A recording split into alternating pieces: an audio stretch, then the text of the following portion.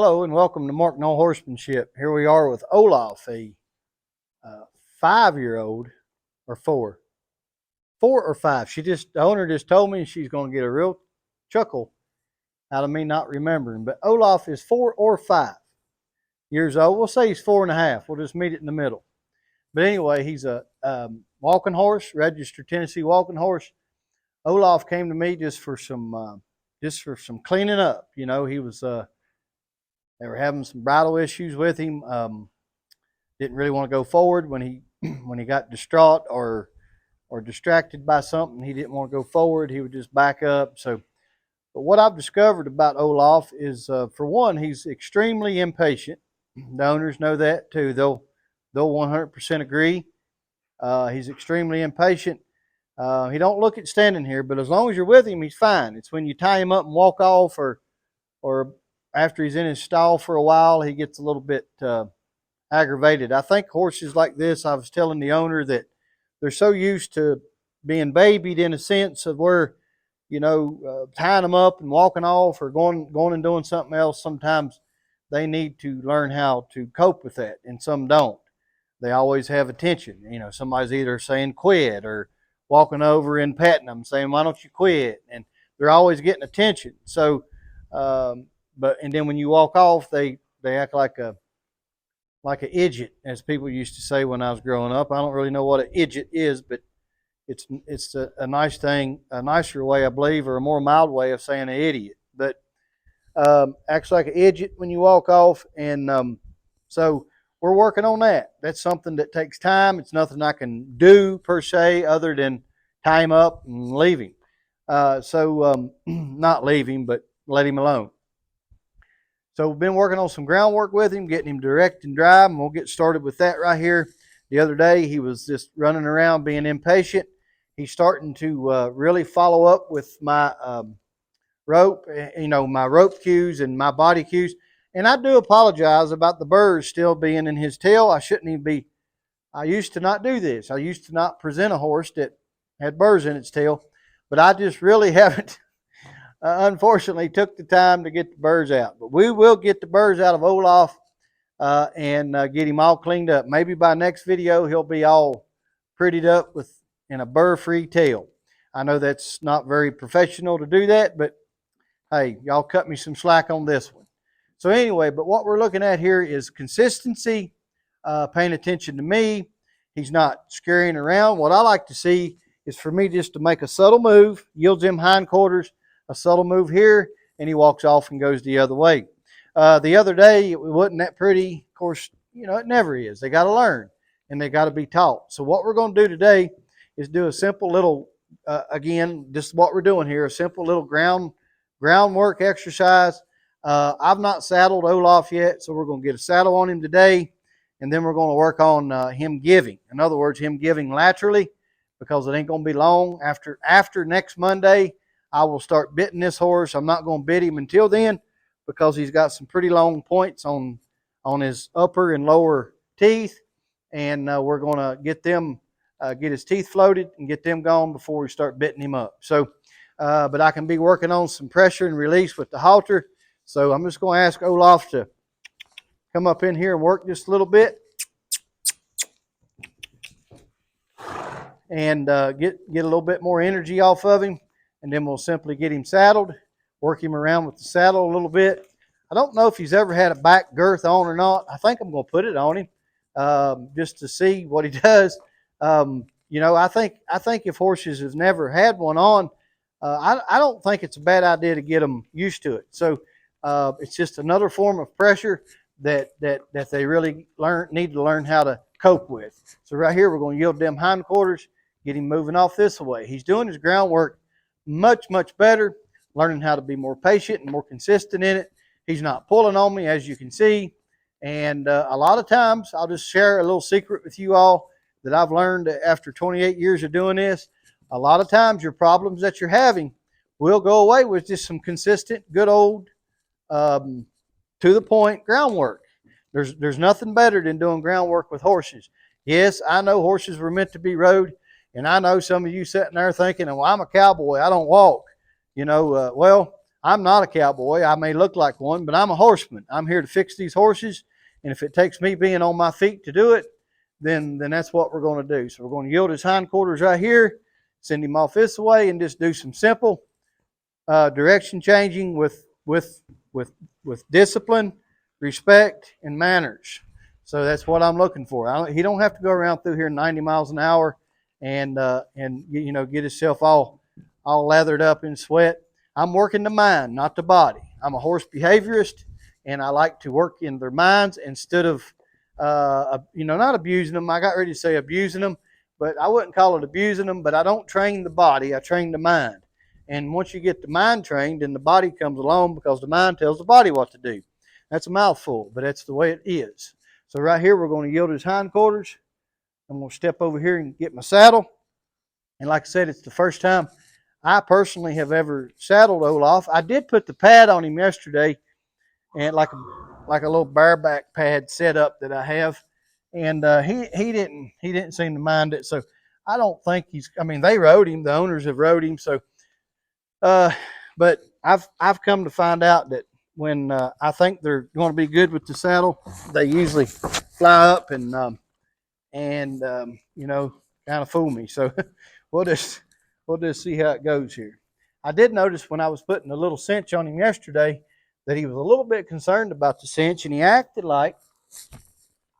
just acted like he might want to bite a little bit as I was starting to cinch him up. So we'll make darn sure that we're going to be attentive to that. We don't want to allow that. We don't want to let it get started. So I don't know what it is this month, but I've got a barn full of tall horses, and not complaining. They all are good and paying the bills, but these tall horses sure makes it hard to get them tacked up here. But that's all right. Tall horses have a place in this world too. So get everything fixed up here in the right holes. Never saddled him, so I really don't know if we'll be in the right holes, but we'll see. Just want to tell everybody while I'm doing this that if you're watching this by Facebook, don't forget to like and share it with people. I have other things on here other than horse stuff, so to speak. I've got sermons in the barn. I've got some daily devotionals, not every day, but some days I do a devotion, and so that's important to be shared with other people. And also, if you're watching it by YouTube, don't forget to hit that subscribe button. If you like what you see, hit it anyway, even if you don't. No, I'm picking. But if you like what you see, hit that subscribe button, and don't forget to hit that notification button. That way you'll get notifications when I put more videos on here. So I really appreciate that. We're trying to build the YouTube channel up, so any help that you can give us there would be much obliged. So don't have enough to put it in my mule ear today. I could possibly, let me do that. Let me let that out on the other side, another hole. I don't like it when that girth is not even. He's a pretty broad old boy, so that's a nice way of saying a little bit chubby, a little bit fluffy is what he is.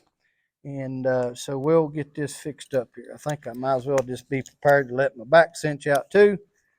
And we'll get him going here. Yeah. Appreciate y'all watching. Now that feels a little bit better.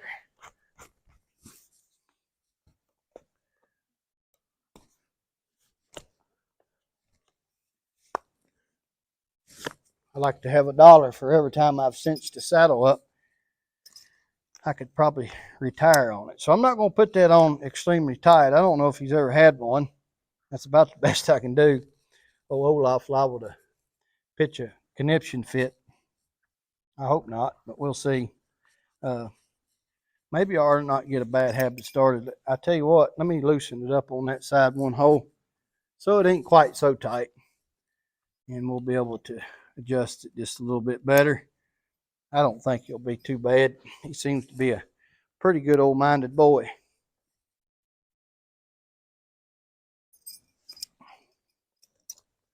Now, that's a little bit better. It's not quite as tight. And he should be able to handle that all right. I hope. So anyway, so here we go. First time I saddled Olaf, and we'll just see how it goes here. He looks good with that, with my competition saddle on him there. I won that saddle in a colt starting competition back in 2019, and just now started using it here recently. If I were to ride it today, which I did ride it twice today, it was probably the third or fourth time that it's ever been ridden by me, well, by anybody, because it was new when I got it. But it's made by FX Saddle Company, and I'm not quite sure where they're at. I'm sure you can look it up. But I won it down in Chatham, Virginia. SEFA, which stands for Southeastern Farriers Horsemen's Association, put this colt starting competition on. They do one yearly. If you're ever in that area or just want to go away for the weekend, not quite sure, you can look them up on their website. And like I said, it's SEFHA, and that stands for Southeastern Farriers and Horsemen's Association. You can look that up and find out when that colt starting competition is every year. It's a good one. I like the rules and the regulations to the competition, and the judges are usually very qualified to judge it on natural horsemanship. And anyway, I had the fortunate opportunity of winning in 2019, and I got a saddle and a buckle. So you ain't a real cowboy till you've won a buckle and a saddle. So I guess I'm a real one now. But anyway, so we're just going to roll along here and get old Olaf moving his feet. Just wanted to make sure he was all right with that saddle before I got him too worked up.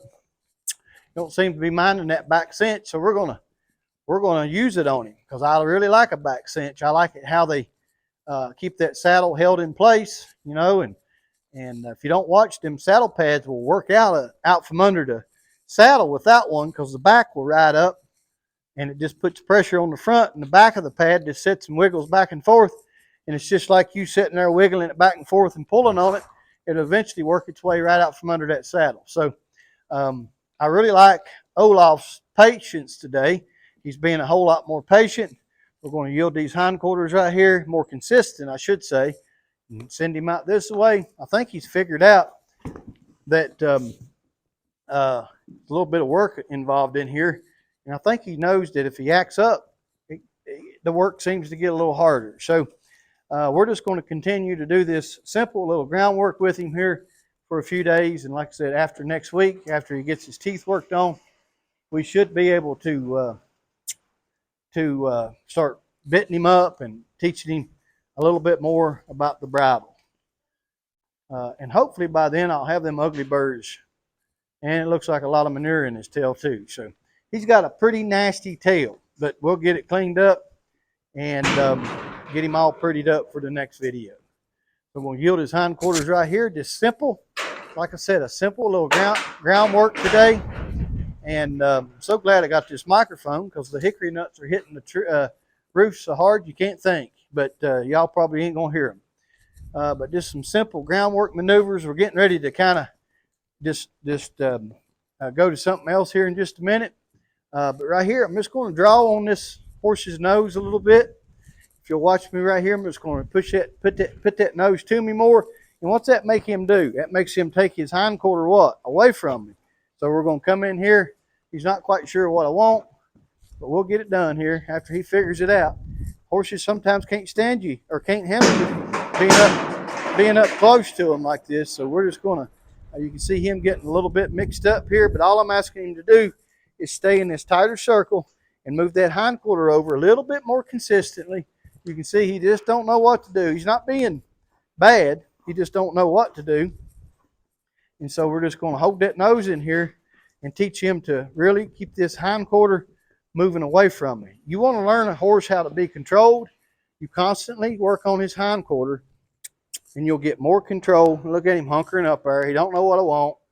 He don't know what I want. I'm going to ask him to move it. There you go.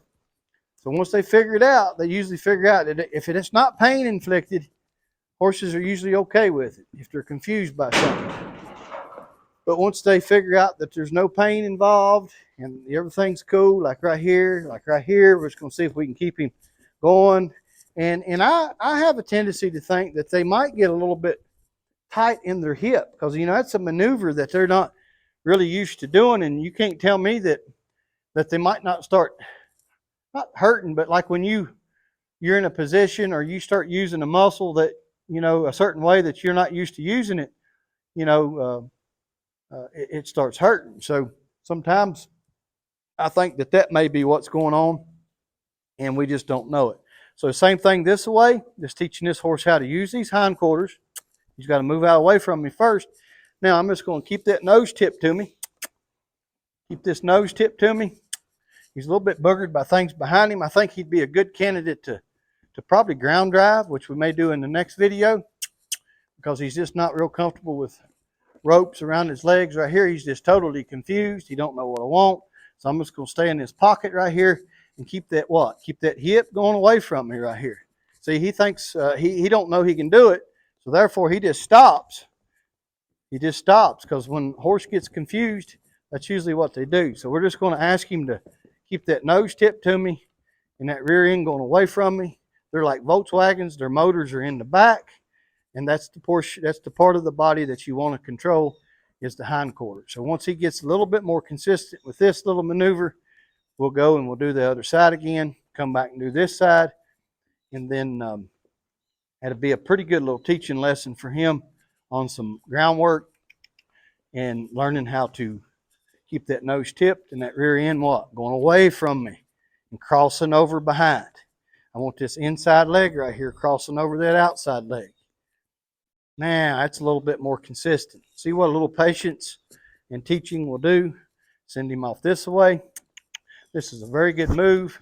You can get so many things addressed with these moves right here. This simple move, things that don't even have anything to do with the move, with this maneuver right here. You can get them addressed, like raring, bucking, pulling on you is a major one.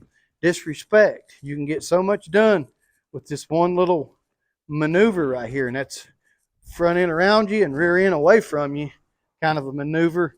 And it really gets into thinking side of these horses' brains, and it can really solve a lot of problems for you. We'll disengage right here, move this shoulder over, catch him right there, just like that. Catch him right here, and keep that nose to you, and move that hip over. I've said this before, and I'll say it again. If it was rocket science, this old boy couldn't do it. It's just getting in these horses' brains and teaching them how to be respectful. Right here, you got to learn how to send them off too without getting too loud.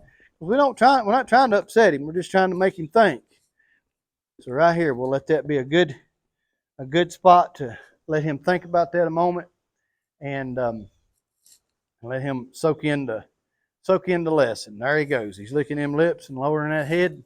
That tells me he's learning. So I think Olaf's going to be all right. He just needs a little bit of direction. So it's been a long day for me today. I was trying to get done early.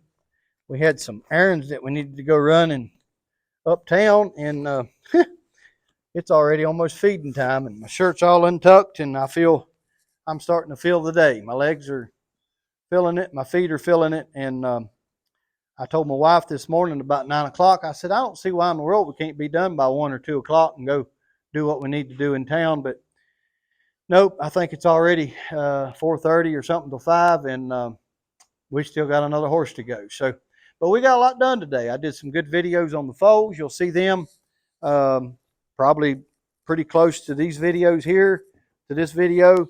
I always joke with people, some days I wear the same shirt 2 days in a row. Call me nasty if you want to, but if I didn't get real sweaty and it didn't get real dirty, I'll just wear it again tomorrow. So, but you can always tell when I've did the videos in the same day, because I'll have the same colored shirt on, if I didn't wear it again the next day. But the videos that you'll see with this shirt on, they'll all be the same day. We did the foals today, and I don't know what you'll see by the time you see this one, but we done the foal videos today. We did a video on, I did a private video, which y'all won't see, and I did a video on the yellow the Yeller horse, the Palomino, the River. We did a video on the McCurdy Plantation horse, and now we're doing a video on Olaf here. So got quite a bit done today. So I like to keep the videos rolling for you all and keep y'all learning, and it teaches me too. I learn when I do these things as well. So all I'm going to do is come in here and grab a hold of Olaf's face and just teach him to give right here. I'm just going to hold him right here, right there. When he gives what? I give. I always guarantee you these horses that if you give it to me, I'll give it back.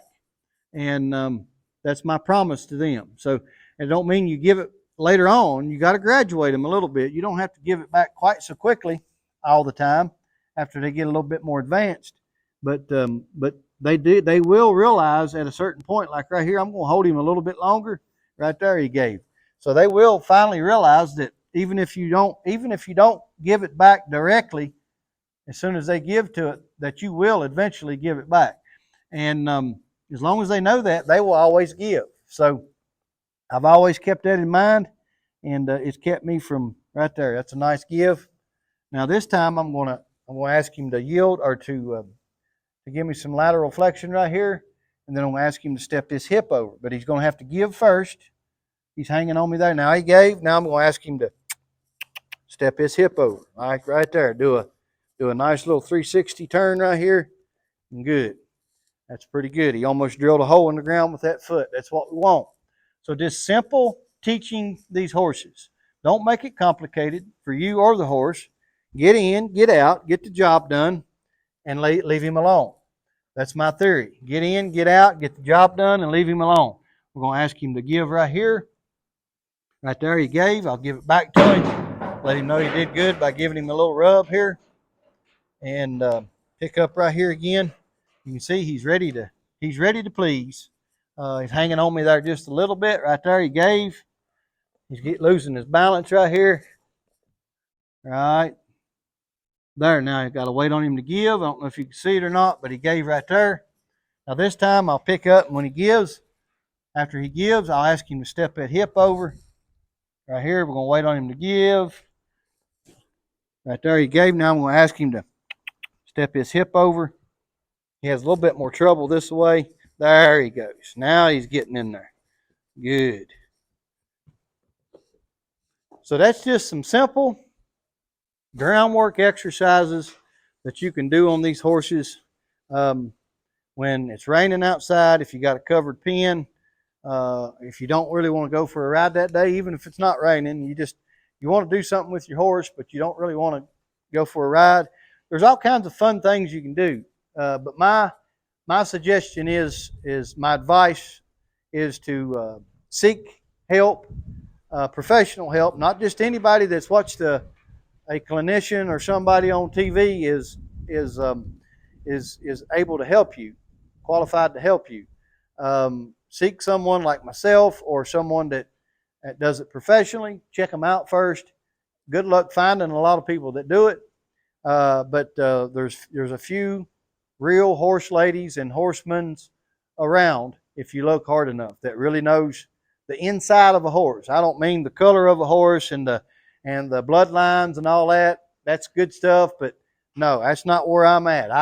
I'm about learning the inside of a horse, not any particular breed, but a horse, period. And once you find someone that knows them things, I would stick with them and learn from them. But I appreciate you watching, and I hope you have here it's windy, so if you live in this area, I hope you have a wonderful windy evening. But if not, I hope you have a nice, blessed evening regardless. So we thank you for watching, and God bless you.